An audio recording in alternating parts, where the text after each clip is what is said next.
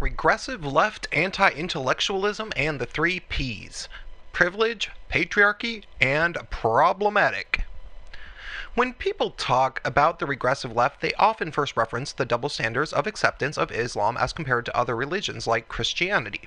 I definitely think there is a lot of truth to that, and I will try to get into that in another video, but I think the issue is merely symptomatic to the bigger root philosophy, which I believe is third wave and especially fourth wave intersectional feminism, which is responsible for the whole SJW phenomenon, which is very much somewhat a religion of its own, as it is definitely an all-encompassing ideology. This is where the regressive left and its anti-intellectualism really comes in. The idea of intersectionality, which I have talked about in other videos, has a bit of merit. It's super simple and honestly should be common sense, so if you are watching this channel, it shouldn't be hard for you. Somebody who has more than one form of minority status or hardship in their life faces multiple obstacles that are unique to themselves. For example, a gay black man in a wheelchair has a super unique and disadvantaged life, whose oppression is greater than the sum of its parts. That much is all true. However, where intersectionality goes too far is when it assumes that every queer person of color in a wheelchair, for example, automatically has access to a deeper understanding of reality and should be paid attention to, and basically now be privileged because of their victimhood in society.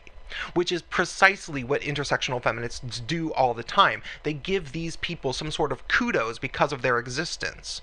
This is the basis of the progressive stack, which embarrassed the Occupy movement and turned a lot of people off from identifying as progressives. And if you think I'm exaggerating about the wheelchair person part, I'm not. I literally saw an article published on an intersectional feminist blog within 48 hours of David Bowie's death that talked about how even though he was a great person as a musician and actor, but also an ally to all sorts of civil rights causes and was married to a black woman, he was only able to do those things because of his white male privilege. Seriously, his body might not have even been cold yet, and somebody was writing such nonsense. And then I looked at who it was, and it was some queer Latino boy in a wheelchair, so I felt kind of bad about making fun of him online. But I have absolutely no problem attacking the fourth wave feminist who published his shitty article and enabled his hatred. It sadly just boils down to downright jealousy of somebody who used his advantages in life to do awesome things that made the world a better place. Fuck that! The worst part about intersectional feminism, though, is not simply that it has an inaccurate version of who is the most oppressed that places women unanimously as having more oppression points than any of their male counterparts, which is downright inaccurate if you look at statistics about gay men or black men. Nor is the worst part even that intersectional feminism overly glorifies victimization, which is a problem of its own. What is downright destructive to society as a whole is the demonization of people who haven't suffered enough. This mentality can best be wrapped up by discussing the three Ps. They are privilege, patriarchy, and the word problematic to describe these things. If you are privileged, according to the SJW fourth wave feminist mentality, then you are bad. Your opinions are less valid. You are also a part of the patriarchy, which is a strange and almost supernatural force that doesn't have any clear membership requirements. Besides that, white men are always a part of it no matter how much they attempt to repent. Though women can also be a part of it if the feminist doesn't like them. If you are associated with either privilege or the patriarchy, or both, then you are inherently problematic to this mentality. The proliferation of using these three words almost together as if they are synonyms as a negative description of individual people is not just hateful and counterproductive to good feelings between groups, but it is also anti-intellectual to a very severe degree. Especially the demonization of the word privilege. Somehow, people have been so thoroughly indoctrinated into fourth wave intersectional feminist SJW nonsense that many of them believe that being privileged is the worst thing that you can be. They purposefully silence the opinions of people who have any form of advantage whenever they don't want to hear from them. Often, the people they silence are highly educated and told that they should not be contributing to discussions. How much sense does that make? Absolutely none.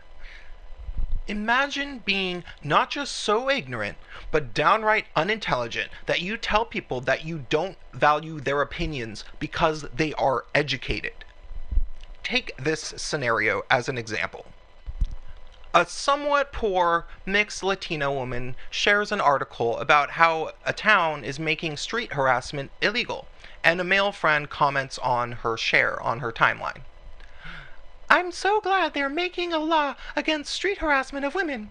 I can't stand being catcalled. Sure. Why don't we just ban talking to people on the street entirely? I hate the fact that people can talk in public. Yeah, I guess that would solve a lot of problems. Wait, are you being serious? No, I'm being completely sarcastic. Truthfully, this law freaks me out. Well, maybe if you were actually a woman who has dealt with street harassment, you would show more compassion. Your male privilege is showing. I'm gay. I've dealt with plenty of harassment on the street. Yeah, but you came from a relatively safe, mostly white city. My mother was an immigrant and I grew up in Brooklyn before it was nice to live there.